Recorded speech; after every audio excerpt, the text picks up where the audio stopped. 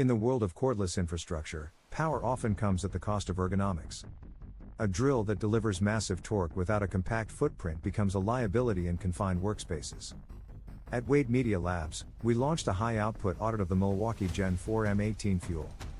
We analyzed its 1,400 inch-pound torque rating, auto-stop control logic, and thermal saturation limits.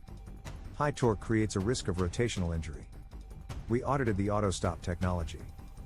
By utilizing advanced gyroscopic sensors, the Gen 4 initiates a hard stop during a bind-up, preventing the wrist snap common in legacy high-torque tools. Efficiency is a function of power flux. The Gen 4 power-state brushless motor is engineered with higher-grade magnets and optimized windings, delivering 30% more power under load than the Gen 3 predecessor.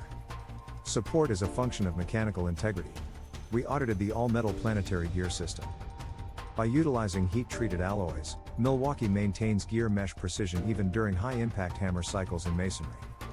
We measured chassis density.